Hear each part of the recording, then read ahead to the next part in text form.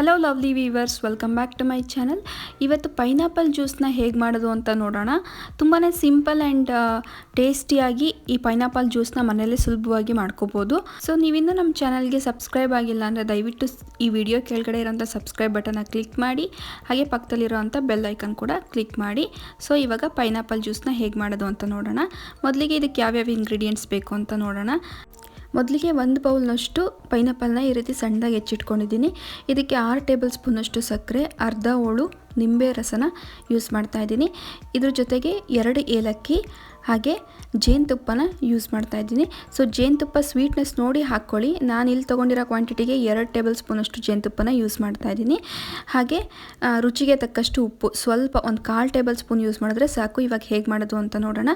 ಮೊದಲಿಗೆ ಒಂದು ಮಿಕ್ಸಿಂಗ್ ಜಾರ್ಗೆ ಪೈನಾಪಲ್ಲು, ಸಕ್ಕರೆ ಹಾಗೆ ಒಂದು ಅರ್ಧ ಹೋಳು ನಿಂಬೆ ರಸನ ಈ ರೀತಿಯಾಗಿ ಇಂಟ್ಕೊತಾ ಇದ್ದೀನಿ. ಬೀಜ ಮಾತ್ರ ಹಾಕೊಳಕ್ಕೆ ಹೋಗ್ಬಿಡಿ. ಬೀಜ ಹಾಕ್ಕೊಂಡ್ರೆ ತುಂಬ ಕಹಿ ಆಗಿಬಿಡುತ್ತೆ.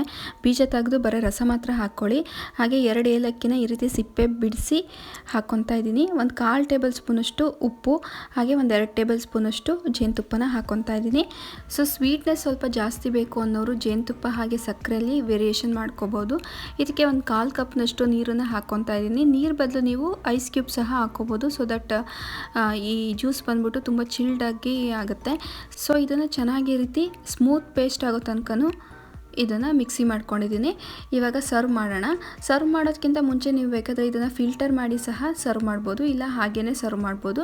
ನೋಡೋದ್ರಲ್ಲ ಯಾವ ರೀತಿ ಅನಾನಸ್ ಜ್ಯೂಸ್ ಅಥವಾ ಪೈನಾಪಲ್ ಜ್ಯೂಸ್ನ ಮಾಡೋದು ಅಂತ.